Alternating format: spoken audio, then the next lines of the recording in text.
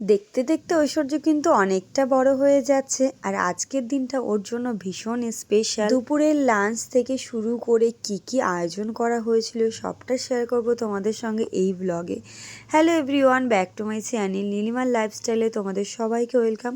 তোমরা সবাই কেমন আছো? আশা করি তোমরা সবাই খুব ভালো আছো, কিন্তু আমি খুব একটা ভালো নেই, সেই কারণে এত লেট করে তোমাদের সঙ্গে শেয়ার করছি ব্লগ। তারই মধ্যে সরস্বতী পুজোর পরপর পড়ে যাওয়ার কারণে আরও লেট হয়ে গেছে, কারণ প্রচুর বক্স চলছিল, মাইক চলছিল, যে কারণে আমি শেয়ার করতে পারি তোমাদের সঙ্গে। আমি জানি তোমাদের কাছে অনেকদিন পর আমি ভিডিওটা শেয়ার করছি, অনেকটাই দেরি হয়ে গেছে, কিন্তু এই ভিডিওগুলো এত সুন্দর একটা দিনের ব্লগ যেগুলো তোমাদের সঙ্গে শেয়ার না করলে। সকাল সকাল রেডি হয়ে গেছি, কি কারণে অনেকেই তোমরা জানতে যে আমার মেয়ের জন্মদিন ছিল আর এই দিনটা হচ্ছে সেই দিনের ব্লগ। শরীরটা খুবই খারাপ ছিল, সেই কারণে আমি ব্লগগুলো তোমাদের কাছে ঠিক সময় মতো পৌঁছাতে পারিনি। সকালবেলা কাজ টাজ করে রেডি হয়ে স্নান করে পুজো দিয়ে আমি কিন্তু রেডি হয়ে গেছি রান্নাঘরে এসে, আর এদিকে আমার বর আমায় একটা গোলাপ এনে দিয়েছে। তোমরা কি বলো তো, অনেকে ভিডিও দেখো কমেন্ট করে চলে যাও, কিন্তু কি কারণে ভিডিওটা করেছি, কি জন্য করেছি সেটা কিন্তু তোমরা কেউ খেয়ালই করো না, লক্ষ্য করো না।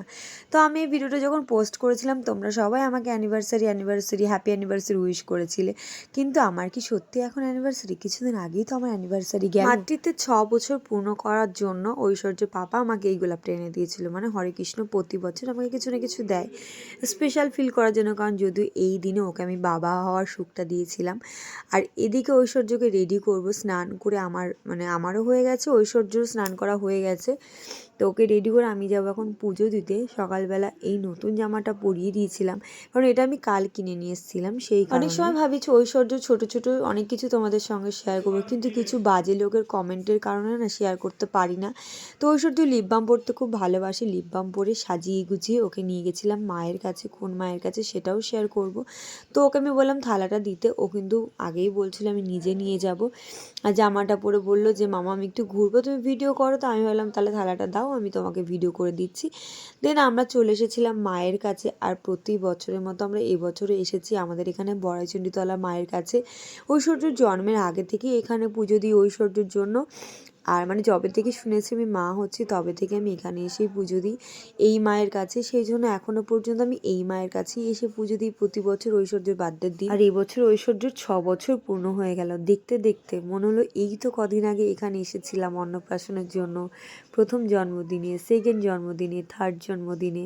তো মা অনেক আশীর্বাদ করুক, আমি মাকে অনেক আশীর্বাদ চেয়ে এলাম মায়ের কাছে যে মা ওকে অনেক আশীর্বাদ করো, তোমার সন্তান যেন সুস্থ থাকে, সবল থাকে। একটা মায়ের কাছে একটা মা এর থেকে আর বেশি কি চাইতে পারে। তো যাই হোক, এখানে প্রসাদ ফুল সব নিয়ে ঠাকুরের কাছে আমি যাব।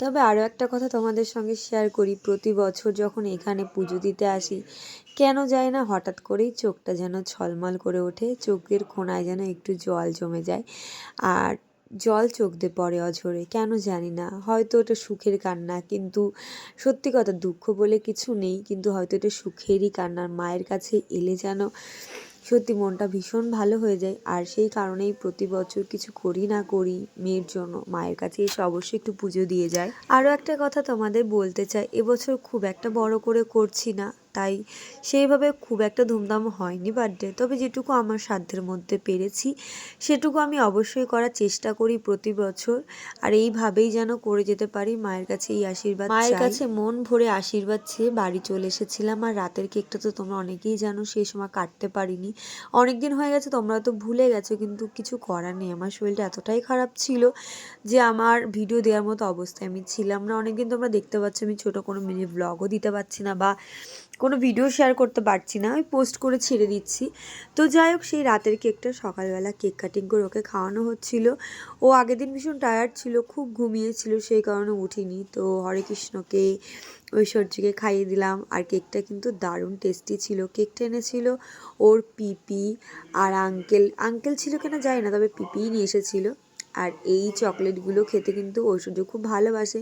সবাই মিলে বাড়ির ওকে খাইয়ে দিচ্ছিল, আর ঐশ্বর্যকে কি মিষ্টি লাগছে, থু থু যেন নজর না লেগে যায়। এদিকে ওর গালে একটু কেক টেক লাগিয়ে দিচ্ছিল, কেক না লাগালে যেন আনন্দটা ফুটে ওঠে না। এদিকে ঐশ্বর্যের জন্য অনেক কিছু রান্না বান্না হয়ে গেছে, আর বাদ বাকিগুলোও মা করছে, আমি গুছিয়ে গেছিয়ে দিয়েছিলাম, আর এদিকে মা করছে। এদিকে আমরা কেক টেক মেখে মোটামুটি রেডি। তবে তোমরা আর একটা পার্ট পাবে, যে পার্টে দেখতে পাবে রাতের বেলা আমরা কতটা আয়োজন করেছিলাম আর কি করেছিলাম। এবছর সেভাবে করতে পারিনি, মন মেজাজও খুব একটা ভালো ছিল না, কিন্তু মেয়ের বার্থডে করবো না এটা কি হয়, তো সেই জন্য একটু করা হয়েছিল। আর ও ঠাম্পুর সঙ্গে কেক মাখামাখি করছে, দেখতেই পাচ্ছ। ওর গালে কেক মাখালে হবে না, ও সবাইকে মাখাবে। এদিকে দাদান ওর জন্য একটা বড় সেলিব্রেশন নিয়েছিল, খুব খুশি। আর আমি ওকে বললাম যাও নমস্কার করতে, তবে হ্যাঁ আজকে করেছে, তবু এক পায়ে করেছে, দু পায়ে করে। তবেও দাদান কিন্তু এই প্রথম ঐশ্বর্যের কাছে নমস্কার পেল। আর বাড়িতে ছোট ছোট বক্স চলছিল, সেই আনন্দে ঐশ্বর্য কিন্তু নাচও করছিল। নাচতে মেয়েটা বড্ড ভালোবাসে, তোমরা সারাক্ষণই জানো, ও সারাক্ষণ নাচতে থাকে। কোথাও গান না চললেও নাচ শুরু করে, গান চললেও নাচ শুরু করে, মানে এরকম একটা ব্যাপার। তো আমরা সেটা মজা নিচ্ছিলাম। এদিকে আমি সবজি কাটছিলাম, বাঁধাকপি, আর যেটুকু মানে আইটেম করব তারই গোছানোগুলো করছিলাম এখানে বসে বসে। এদিকে দেখো সব পিপিরা গুছিয়ে ফেলেছে এসে। পিপিরা আসতে অনেকটা দেরি করে ফেলেছিল, প্রায় 2টো বাজিয়ে দিয়েছিল, 1টা 1:30 2টো এরকম টাইমের মধ্যে এসেছিলো। এক্স্যাক্ট টাইমটা দেখানো হয়নি। এদিকে খাবার সাজানো, এদিকে একটা পুতুল সেট এনে দিয়েছিল পিপি, সেইটার ব্লগ তোমরা পেয়েছো। আর এদিকে দেখো কত পুতুল এনে দিয়েছে, এগুলো সব পিপি এনে দিয়েছে। এদিকে দেখো ঐশ্বর্যকে সাজিয়েও দিয়েছি। আবারও ঠাম্পুর একটু কম কম মনে হচ্ছিল আমার এই সাজানোটা, কিন্তু খুব মিষ্টি লাগছিল আমার কাছে। এদিকেও ঠাম্পু আবার একটা হার নিয়ে এসেছিলো, এসে বলছে পড়াও, তো এটা একটু গ্যাদারিং লাগছিল, কিন্তু ঠাম্পু নিয়ে এসছে ভালোবেসে, ওটা তো চেঞ্জ করতে পারছি না।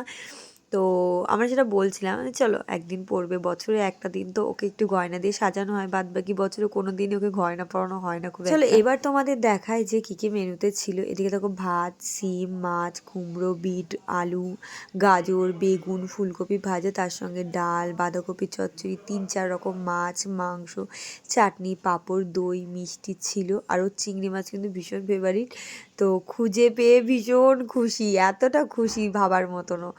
তো এদিকেও ঠাম্পু আবার চলে এসেছে আশীর্বাদ করার জন্য। ঠাম্পু, দাদান, তারপর করলো পিপি। আর একটু আশীর্বাদ না করলে যেন মনটা ভালোও লাগে না। প্রথমে ভেবেছিলাম করবো না এই বছরে, কিন্তু তবু যেন মনে একটু খুঁতখুত লাগছিল।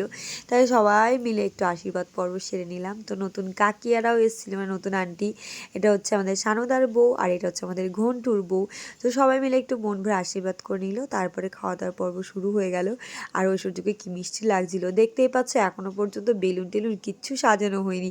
এদিকে শানু আঙ্কেল আবার প্রদীপ ঘুরিয়ে আরতি টাইপের করছিল, তো সেটা নিয়ে সবাই একটু খুব মজা করছিলাম, আনন্দ করছিলাম। কি বলো তো, বার্থডেতে এইটুকু মজা না করলে, আনন্দ না করলে ঠিক ভালো লাগে না। এদিকে হরে কৃষ্ণ বসে পড়েছে আশীর্বাদ করার জন্য। একটা মায়ের কাছে এই দিনটা খুবই স্পেশাল দিন, কারণ এই দিন সত্যি আমি ঐশ্বর্যকে প্রথম কোলে নিয়েছিলাম, ভাবা যায়। দেখতে দেখতে 6 বছর হয়ে গেল। আর ওর আঙ্কেল ওর সঙ্গে একটু পেঁয়াজি করছিল, তো সেটা নিয়ে খুব মজা করছিল। এইগুলোই ছোট ছোট মোমেন্ট, হাসি খুশির মোমেন্ট একটা পরিবারের সঙ্গে, মানে ভালো লাগে। আর আমরা না যে কোনো অনুষ্ঠান এরকম ছোট্ট ছোট্ট করে করলেও মানে খুব মজা করি।